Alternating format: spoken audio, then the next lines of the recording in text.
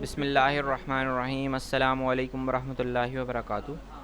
आज की क्लास में हम थ्योरम नंबर 1 डिस्कस करेंगे। थ्योरम नंबर 1 में जो हमें प्रूव करना है वो क्या है, इफ़ टू लाइंस इंटरसेक्ट, अगर दो लाइंस आपस में टकराती हैं तो उनके जो वर्टिकली ऑपोजिट एंगल्स होंगे, जैसे कि पी ओ बी और A O Q vertically opposite हैं, इसी तरह से पी ओ ए और B O Q vertically opposite हैं। ठीक है, एक बार फिर बता देता हूँ। Vertically opposite P O A P O B O Q के बराबर है, यानी कि वर्टिकली ऑपोजिट है। बिल्कुल इसी तरह से बी पी ओ बी और ए ओ क्यू आपस में वर्टिकली ऑपोजिट हैं। ठीक है, तो इनका कहना ये है, प्रूफ ये करना है कि वर्टिकली ऑपोजिट एंगल्स जो फॉर्म होंगे वो आपस में कॉन्ग्रुएंट होंगे। कॉन्ग्रुएंट होने का मतलब है इक्वल होना या बराबर होना, एक जैसे होना। ठीक है, जो कि इक्वल इन मेजर होंगे, जिन जो कि वर्टिकली ऑपोजिट एंगल जो होंगे वो आपस में बराबर होंगे।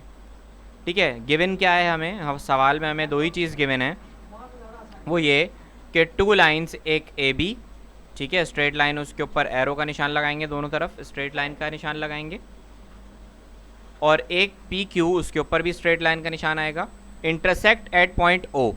और ओ इसलिए हमने लिखा है कि वो पॉइंट ओ के ऊपर इंटरसेक्ट कर रही हैं। प्रूव ये करना है कि angle P O B, angle P O B, ये एंगल पी ओ बी कहलाएगा।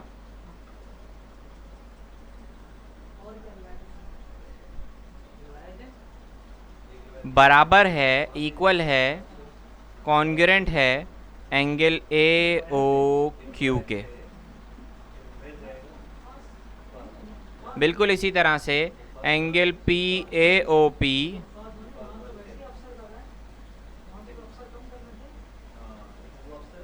बराबर है एंगल बी ओ क्यू के।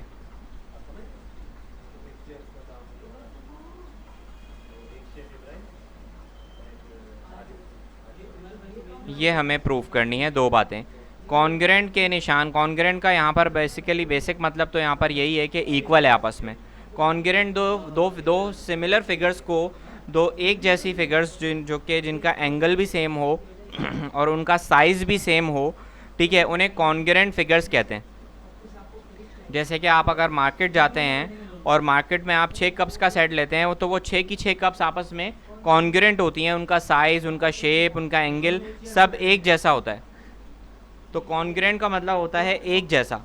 ठीक है, तो यहाँ पर हमारे पास जो वर्टिकली ऑपोजिट एंगल है वो क्या होंगे, आपस में कॉन्ग्रुएंट होंगे, आपस में बराबर होंगे। तो मैथमेटिक्स में कॉन्ग्रुएंट के निशान को रिप्रेजेंट करने के लिए इक्वल के निशान के ऊपर इस तरह की बार लगाई जाती है। ठीक है, तो ये कॉन्ग्रुएंट का सिंबल कहलाता है। ठीक है, अब बात करते हैं आगे। प्रूफ करने के लिए हमारे पास थ्योरम लिखने का जो बेसिक तरीका है वो ये है कि एक लाइन में हमारे पास, एक कॉलम में हमारे पास स्टेटमेंट्स आ जाएंगे और दूसरे कॉलम में हमारे पास रीजंस आ जाएंगे। ठीक है, अब प्रूफ कैसे किया है, सबसे पहले उन्होंने बताया कि M angle measure, M for measure, measure angle P O B plus measure angle A O P. ठीक है, दो एंगल्स हैं, मैं यहाँ पर ड्रॉ भी कर देता हूँ। ये लाइन हो गई ए, एक सेकेंड,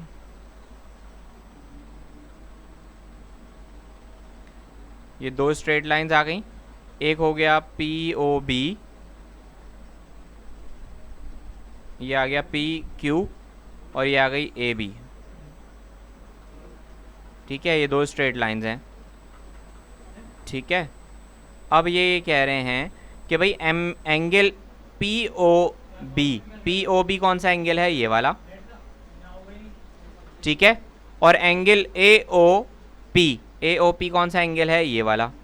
क्या ये दोनों एंगल मिलकर 180 डिग्री बनाएंगे? बिल्कुल बनाएंगे, ऐसा ही है ना। अच्छा, एक खास बात यह है कि एक तो इनका है कॉन्ग्रुएंट या एडजेसेंट आर्म, सही है, एडजेसेंट कहते हैं, जो कि शेयरिंग आर्म होता है।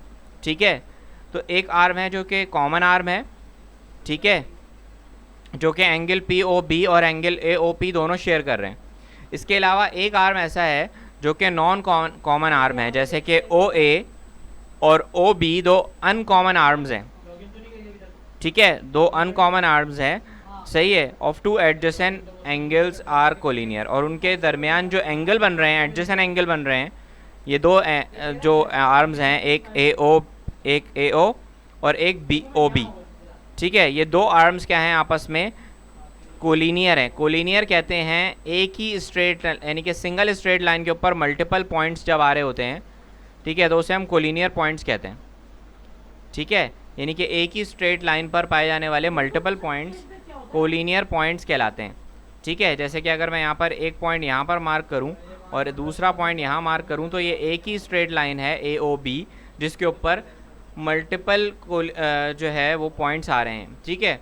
तो दो या दो से ज़्यादा, तीन पॉइंट्स से ज़्यादा, अगर तीन या तीन से ज़्यादा पॉइंट्स अगर एक ही स्ट्रेट लाइन पर आ रहे हैं तो वो कोलिनियर पॉइंट्स कहलाते हैं, ठीक है। अब M angle A O B जो एक लाइन है उसके ऊपर जो तीन पॉइंट्स हमारे पास मौजूद हैं वो क्या हैं, आपस में कोलिनियर हैं, ठीक है। और उन कोलिनियर एंगल्स के दरमियान जो एंगल बन रहा है यहाँ पर वो क्या है, एडजेसेंट एंगल है। एडजेसेंट एंगल क्या है, जो हमने एडजेसेंट एंगल की प्रॉपर्टी पढ़ी थी सप्लीमेंट्री एंगल की, कि the sum of all angles, जैसे कि ये एंगल है ना हमारे पास, यहाँ पर दो, एक एडजेसेंट लाइन है,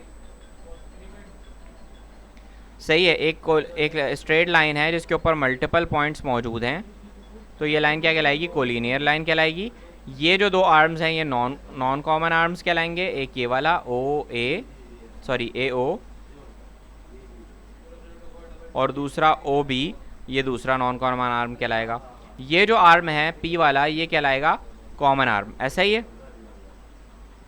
तो इसमें जो दोनों तरफ एडजेसेंट एंगल जो बन रहे हैं दोनों तरफ, वो क्या किसके बराबर होंगे, 180 के बराबर होंगे। हमने सप्लीमेंट एंगल का जो पॉस्टुलेट है वो हमने पढ़ा है कि the sum of all angles of a triangle, the sum of all angles on a straight line is equal to 180 degree, ठीक है। तो यहाँ पर ये जो दोनों एडजेसेंट एंगल्स हैं किसके बराबर होंगे, 180 डिग्री के बराबर होंगे, ठीक है।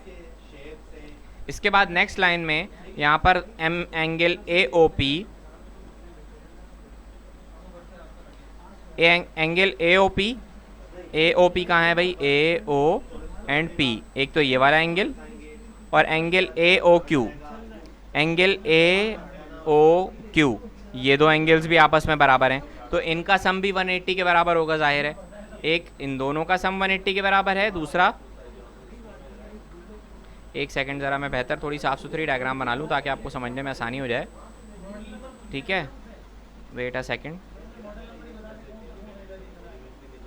ये मैंने यहाँ पर दो लाइंस ड्रॉ करी, ये हो गई पी ओ क्यू की लाइन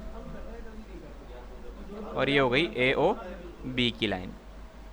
बात ये हो रही थी कि M angle P O B, ये वाला एंगल, और M angle A O B P, ये वाला एंगल आपस में बराबर है, जिसका रीज़न हमने ये दिया है कि दो नॉन कॉमन आर्म्स के ऊपर दो नॉन कॉमन आर्म्स हैं जो कि आपस में क्या हैं, कोलिनियर है। कोलिनियर इसलिए हैं कि वो दोनों आपस में, कोलिनियर होने की बात इसलिए कही जा रही है कि वो दोनों स्ट्रेट लाइन है, अगर वो कोलिनियर ना होते तो इसका मतलब ये है कि वो स्ट्रेट लाइन पर लाए नहीं कर रहे।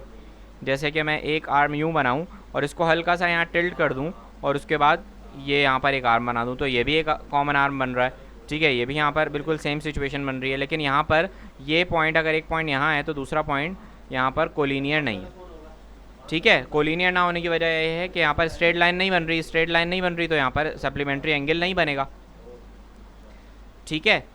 तो इसलिए यहाँ पर आपके पास हमने क्या पढ़ा है सप्लीमेंट्री एंगल में, कि the sum of all angles of a triangle, the sum of all angles on a straight line is equal to 180 degree, ठीक है। तो यहाँ पर यही बात डिफाइन की गई है कि नॉन कॉमन आर्म्स ओ ए, एक तो ओ ए जो नॉन कॉमन आर्म है, नॉन कॉमन आर्म की बात हो रही है तो ये वाले आर्म की बात हो रही है, और दूसरा आर्म ये है।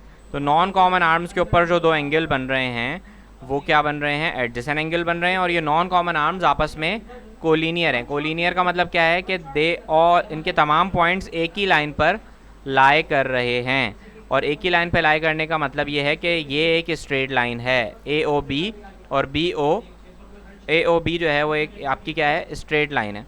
तो इसके ऊपर जो एंगल बनेगा, सम ऑफ एंगल बनेगा, वो क्या बनेगा, 180 डिग्री के बराबर बनेगा, बिल्कुल इसी तरह से सेकंड स्टेप में, सेकंड लाइन में AOP यानी कि ये वाला एंगल,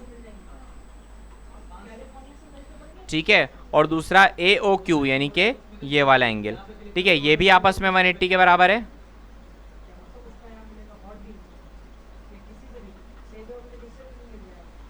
ठीक है, ये भी 180 डिग्री के बराबर है।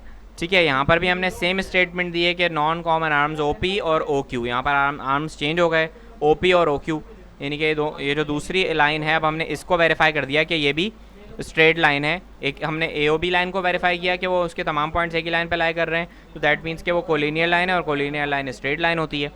ठीक है, अच्छा, इसी तरह से हमने दूसरी बात जो लाइन है POQ, उसको भी वेरीफाई कर दिया कि वो भी एक कोलिनियर लाइन है, यानी कि एक स्ट्रेट लाइन है। ठीक है, उसके भी तमाम पॉइंट्स एक ही लाइन पर लाए कर रहे हैं। ठीक है, और उसके पास भी जो एडजेसेंट एंगल्स बन रहे हैं वो भी आपस में क्या हैं, बराबर हैं। AOP और AOQ भी आपस में बराबर हैं। ठीक है, 180 के बराबर हैं। यहाँ तक की बात उम्मीद है कि आपको समझ में आ गई होगी। ठीक है, अब बात करते हैं आगे। ठीक है, नेक्स्ट स्टेप में हमने, जब जाहिर है कि दोनों इक्वेशंस किसके बराबर हैं, 180 के बराबर हैं, तो दोनों इक्वेशंस को हमने आपस में इक्वल रख लिया। ठीक है, दोनों 180 के बराबर हैं तो दोनों इक्वेशंस को हमने आपस में इक्वल रख लिया। ट्रांजिटिव प्रॉपर्टी ऑफ इक्वालिटी की जो ट्रांजिटिव प्रॉपर्टी है वो ये कहती है कि अगर दो अलग अलग इक्वेशंस आपस में इक्वल हों, उन दोनों का सेम आंसर आ रहा हो, तो वो दोनों इक्वेशंस भी आपस में बराबर होती हैं। Two quantities are equal to the same quantity, that is 180 degree.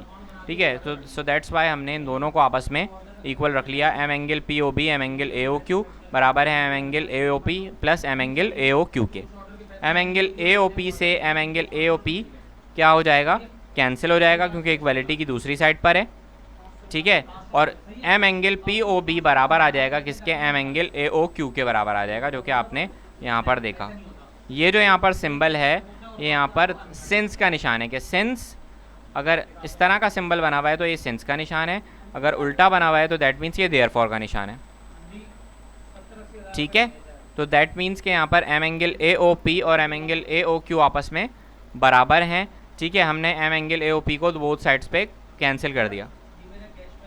ठीक है, POB और AOQ आपस में बराबर हैं, और if two angles are equal in measure, अगर दो एंगल्स आपस में उनकी मेजरमेंट अगर इक्वल है, सही है, तो वो क्या कहलाएंगे, कॉन्ग्रुएंट एंगल्स कहलाएंगे। अब रह गई बात दूसरे प्रूफ की कि AOP बराबर है BOQ के, तो बिल्कुल सेम तरीके से, सेम स्टेटमेंट से हम एंगल्स को चेंज करके जो है वो दूसरे एंगल को भी प्रूव कर सकते हैं, और वो भी कॉन्ग्रुएंट आपस में बराबर ही आएगा। ठीक है, बाय द अबव प्रोसेस। ठीक है, तो ये हमारा थ्योरम नंबर 1 था, जिसके अंदर हमने ये पोस्टुलेट पढ़ा और सीखा कि दो स्ट्रेट लाइंस, याद रखिएगा कि दोनों लाइंस का स्ट्रेट लाइन होना ज़रूरी है। ठीक है, उन लाइंस में किसी किस्म का कर्व या टिल्ट नहीं होना चाहिए। ठीक है, तो अगर दो लाइंस आपस में स्ट्रेट लाइंस हैं और वो आपस में एक दूसरे को क्रॉस कर रही हैं, इंटरसेक्ट कर रही हैं, तो उनके जो वर्टिकली ऑपोजिट एंगल्स होंगे वो आपस में बराबर होंगे, और ये चीज़ हमने प्रूव करके भी यहाँ पर देखी।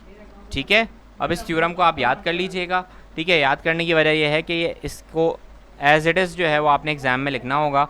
सही है, जहाँ पर देयरफॉर का निशान है, जहाँ कॉन्ग्रुएंट का सिंबल है, या जो रीजंस दिए हैं वो भी आपने एज इट इज़ इसी वर्डिंग के साथ लिखने होंगे, तो उसको आप याद कर लीजिएगा। ठीक है, जज़ाकल्लाह। क्लास अपना ख्याल रखिएगा, अपना होमवर्क असाइनमेंट कंप्लीट कर लीजिएगा। अल्लाह हाफ़िज़।